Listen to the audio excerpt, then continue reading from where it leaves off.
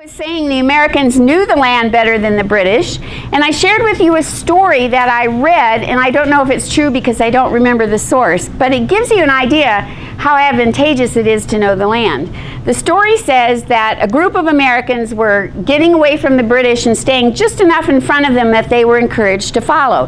Then they moved around an area out of sight and went into the woods on both sides of a field. And they came out on the other side of the woods. And the reason they did that was there was some kind of marsh or swamp there. So they came out on the other side and they started taunting the British and led them right into this mucky swamp.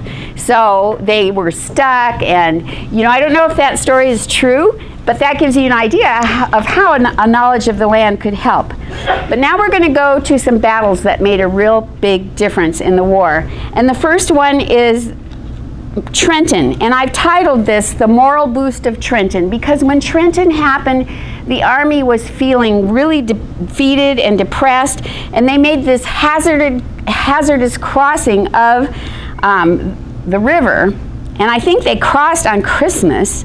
The battle was on the 26th, but they crossed the river at night, and I believe it was Christmas night, and that was probably a good idea because most people wouldn't expect you to attack then.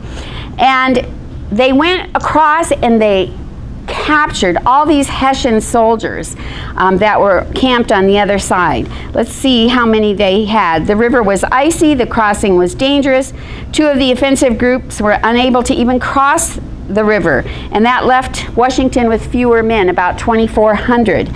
The army marched 9 miles south to Trenton, and when the Hessians spotted the Americans approaching, they formed lines and began to organize a retreat. However, they didn't get away. Almost 2/3 of a 1,500-man garrison was captured, with the exception of a few who escaped across the creek. Now, this was really important because by having such a powerful victory, the American army, or the colonial army at that time, was encouraged, and it gave them a real moral boost.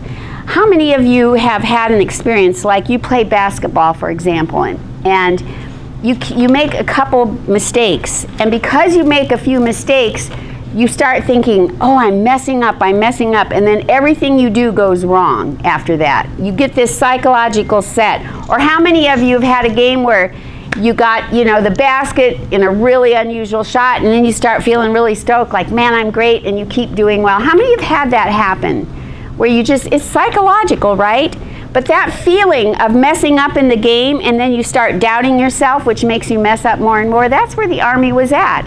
But this, for them, Trenton was like them shooting a basket from across the court and just swishing it right through. And they were really encouraged by this battle. So that gave us an advantage because it encouraged the troops.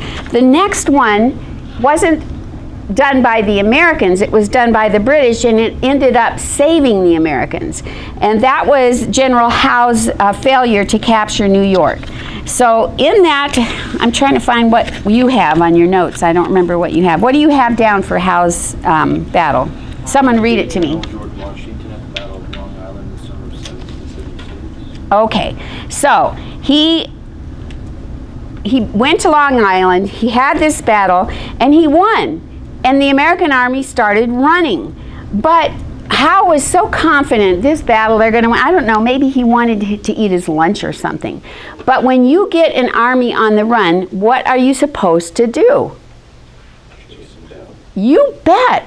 They're retreating. Now's your chance. Go after them. And the men wanted to, but Howe said, no, we're just going to, we'll get them later, or whatever he thought. I can't know what he thought, but maybe he was tired. He wanted a nap. Who knows? But he had a full force of 33,000 men. So being that close and following them, that is very likely could have ended the war right there in Britain's favor, but Howe failed to go after them. So that was another reason we won. They let a really good opportunity slip by. Now think about, some of this is just kind of quirky how we won because we didn't have the strength to win. And then there was the Battle of Saratoga, and I'll tell you why that was so important. It's considered a turning point in the war because the Battle of Saratoga was being watched by the French. They were thinking about helping, but they weren't sure. They were afraid the Americans were losing, and of course they didn't want to help someone who was losing. But this was a decisive battle. It was in 1777, and the Americans won big time. It was a really strong victory, and it resulted in the surrender of the entire British Army that was invading New York from Canada under Johnny Burgoyne. So here they actually captured this army, and at that point France said, okay, we'll take a chance and we'll go with the Americans. Now, if we'd been creamed in that battle, France might have changed their mind, and that wouldn't have happened. So that was a lucky battle. Poor Johnny. He got captured, and his army. And the last battle we want to talk about is Yorktown. And some of you are going to do a little play on Yorktown. Which group is doing Yorktown? I think it's this one. Yeah. You're going to see this battle enacted out by our group over here, our fine performers. It was 1781. It was a decisive victory for the Americans, and it's considered the last battle of the war. The American forces were led by George Washington, and the French forces were led by General Comte de Rochambeau. And over the British Army was Cornwallis. You'll be meeting him in the skit too. Who plays Cornwallis? Who's General Cornwallis? Oh, okay, that's right. General Cornwallis, you lost. I'm sorry to tell you. But this was the final battle of the war. So, there you go. Let's look at all the points again. I'm going to ask you this time, what are some things, and don't look at your notes, okay? What are some things that helped the Americans win this war? Yes? The French. The French helping. The Americans taking the Indian tactics of war. Right, the Indian fighting tactics. They knew the land they were going to fight. They knew the land. The British overconfidence in loyalists. Okay, the British were overconfident in loyalists' help. The British was already spread thin. Yes, they were already spread thin, and they were having financial troubles. Yes. They didn't chase after Washington's army. Howe did not press his victory at Long Island and pursue the army. That was a good one. What else? What was the turning point battle called? Saratoga, that's right. And how did Trenton help? It was a moral victory. The army really needed some confidence right then. They really needed to make a basket, and they did. So that really helped them psychologically. Now the Americans have won. They're their own country, and they're in a mess. They've just fought a war. They haven't chosen leaders. They don't have a form of government. If I could impress on you how unique an opportunity this was, no country started with a bunch of educated people deciding how to run the new government.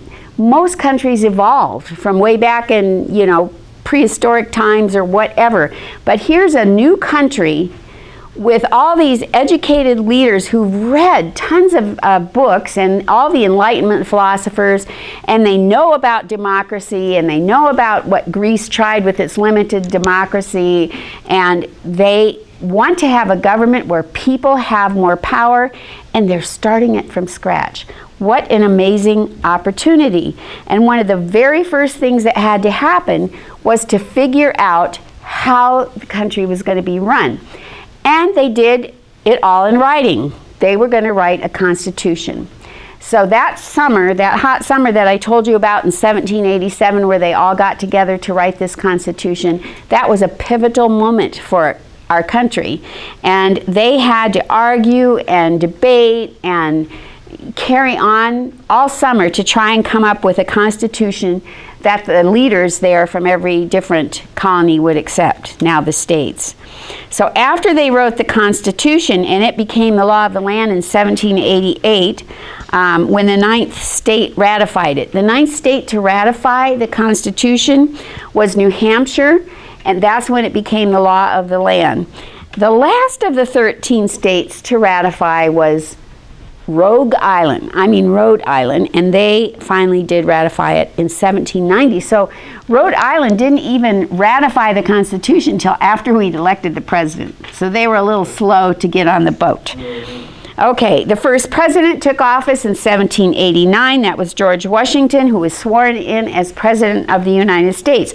Another interesting argument that they had when they were working on this formation of the government was, what should they call the president? And they had things like, you know, the Emperor Washington, his worthy high whatever. I mean, they had so many of these highfalutin names, and they argued, other men argued, we don't want to do that. We don't want him to sound like a king or a ruler. He's a cooperative member of a government that has a system of checks and balances. He is not, he might be symbolically the one that people can point to when things go wrong, but it's going to be a government by all branches of government. All will be involved, the Congress, the judiciary, you know, the legislative, and the executive, which is the president. So they finally decided on President of the United States. That doesn't sound quite so hoity-toity, and it was a good choice, I think. I forget what John Adams wanted to call him, but it was really interesting. It was a pretty fancy title. Now, one of the things that Washington did, and I'm just going to mention this a little bit out of context, was after he served, when it was time and the people wanted him to serve again, he stepped down and he said, it is not according to democracy that I should just reign until I die like a king. You know, I've served, now we need to have another man serve. And he set the pace for changing. And until we had Franklin Delano Roosevelt, who served 4 terms, well, he died during the 4th term, that's when they made the law that a president could only serve for 2 terms, because that one went on so long. So here's our order of events on the post-war cleanup. First, write a constitution, 87, make it the law of the land, 88, inaugurate the president in 89. What else happened in 89? There's 2 things on your timeline for 1989. George Washington was inaugurated, and the Constitution was finally, no, it didn't, it was ratified enough to be the law of the land in 1788, but in 1789, George Washington was George Washington was inaugurated, and I'm pretty sure we had 2 things there.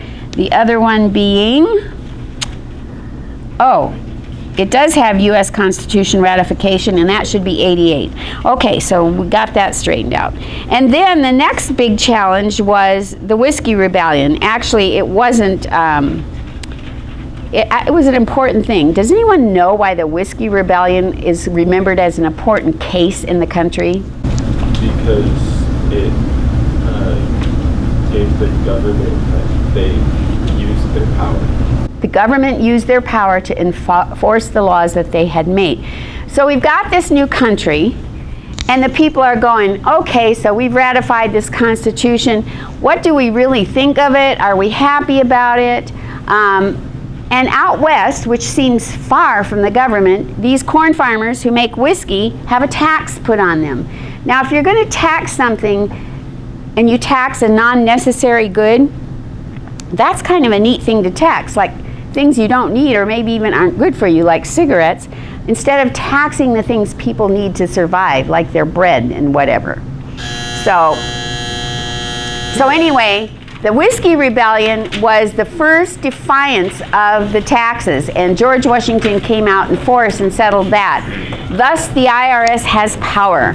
Okay, thank you, you guys. I'll see you tomorrow.